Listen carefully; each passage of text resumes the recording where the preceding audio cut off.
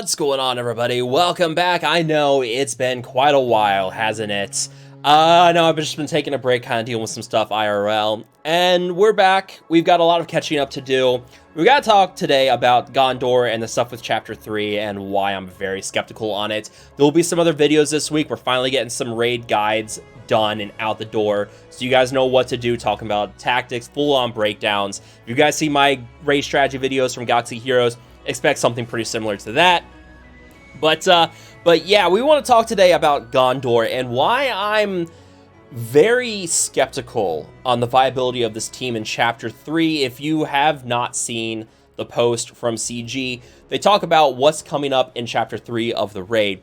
And in here, they say that it's going to be fighting waves of orcs, and that one mechanic we're going to have to worry about is going to be marked, and then capturing someone on our squad.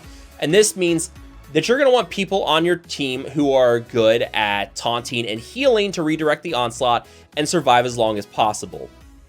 The issue here is that Gondor is good in the taunting area, but in terms of healing, they don't have a lot to bring to the table. And this is going to be a big issue, and this is why I'm very skeptical on them inside of Chapter 3, because you have healing through Denethor's kit, and that's really it, and it's not a lot.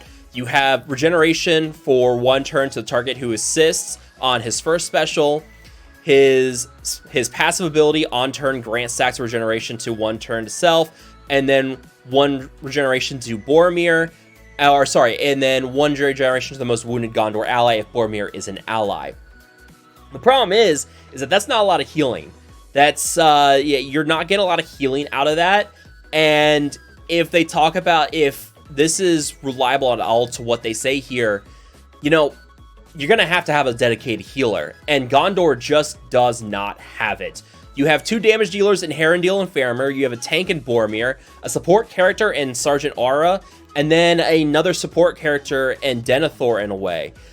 And while the lead on Denethor is going to be really good for defensive capabilities, like for instance, that leadership is just going to be really good. 10% block chance for Gondor squad members for each living Gondor squad member, and when a Gondor squad member blocks, they gain immunity for one turn at the end of the turn. That's really good. That's a really, really good leadership ability, especially for any kind of defensive capability. If you need a team that can turtle up, this leadership is going to be really good. I like it.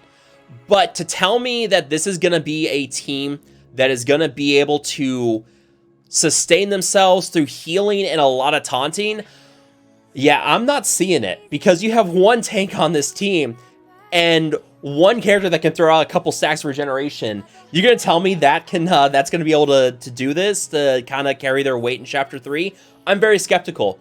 And that's not to even mention about what's going on with Haradrim, which we'll get to Haradrim here in a minute, but Boromir, you know, he's your one guy in this team that can tank.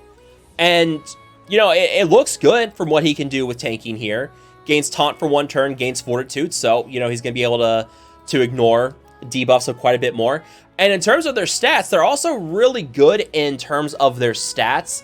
For Boromir, he has, I believe, and I've got to pull it up here, he's got the best health in the game, if I'm not mistaken, or one of the best healths, or is it armor? He's really at right here. Very, very tanky character in terms of that. His health's nothing to sneeze at either.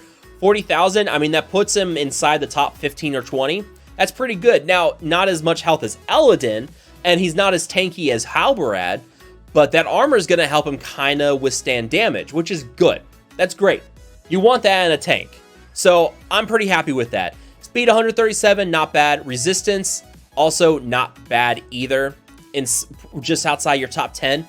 That's all pretty good, but, you know, he gets a one-turn taunt, and then that's kind of it for this team. You have some defenses you can get with Sergeant Aura, like on spawn. Discipline technique will give defensive to 3 random light allies.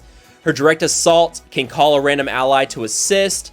Her tip of the spear gives her 1 stack of defensive, and also defensive to the 2 most wounded Gondor allies, which means they block, which means they then gain immunity through the Denethor lead. But there's not a lot of healing going on in this team, which means you got to bring in healing, which then means you have to take out someone. So then who do you take out?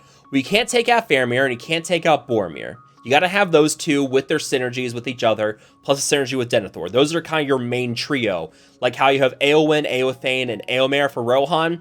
Boromir, Faramir, and Denethor are the same kind of thing going on with your Gondor team. So then you got to take out Harrendeal or Sergeant Ara, because you got to bring in a healer. You don't have a healer on this team. You got to bring someone in. Halbrad, maybe. Halbrad's probably going to be your best bet. And most people are probably using Halbrad inside of a Rohan team. Are you going to take Halbrad outside of your Rohan team that you're also using for raids? I mean, that's kind of the thing.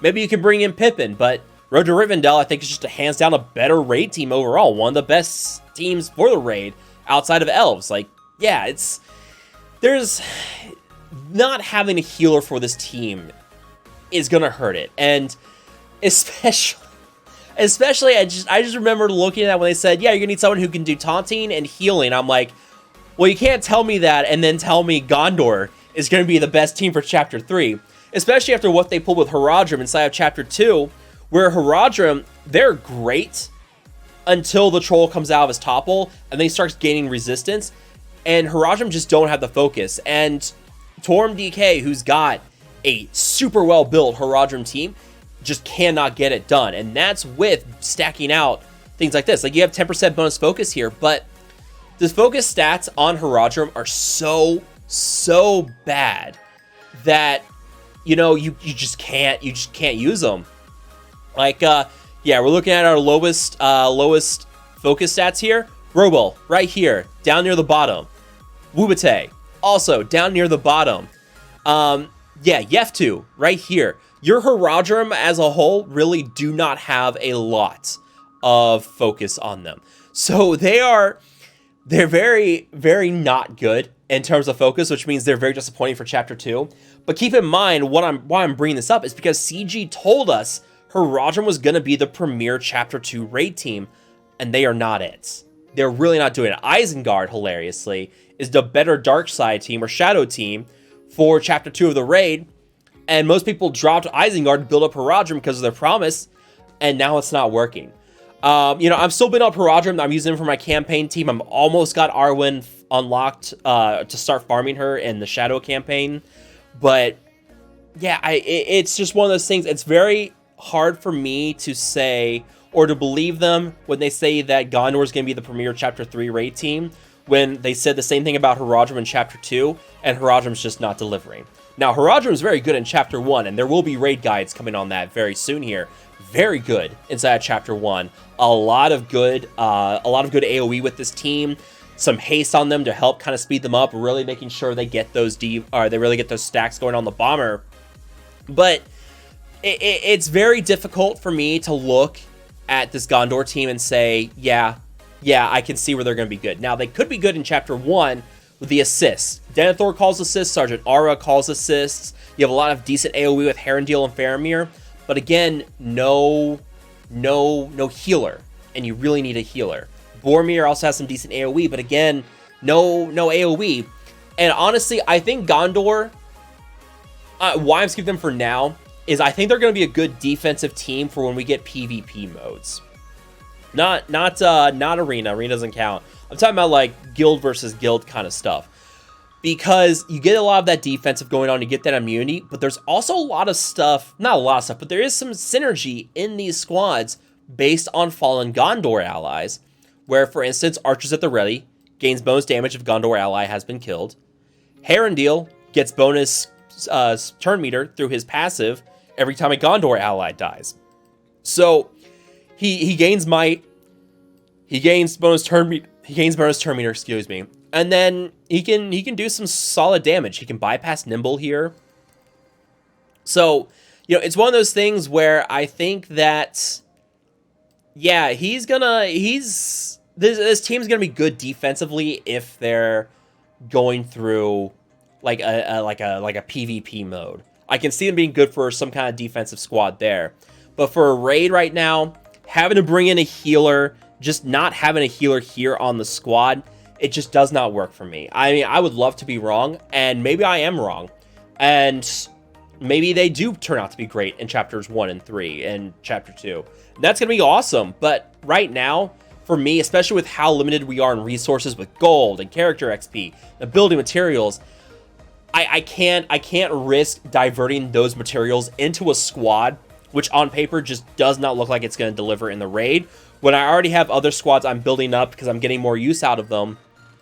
And there's just better places to throw that in, especially for light squad teams. You already have elves, which most people are probably building up to get Elrond unlocked.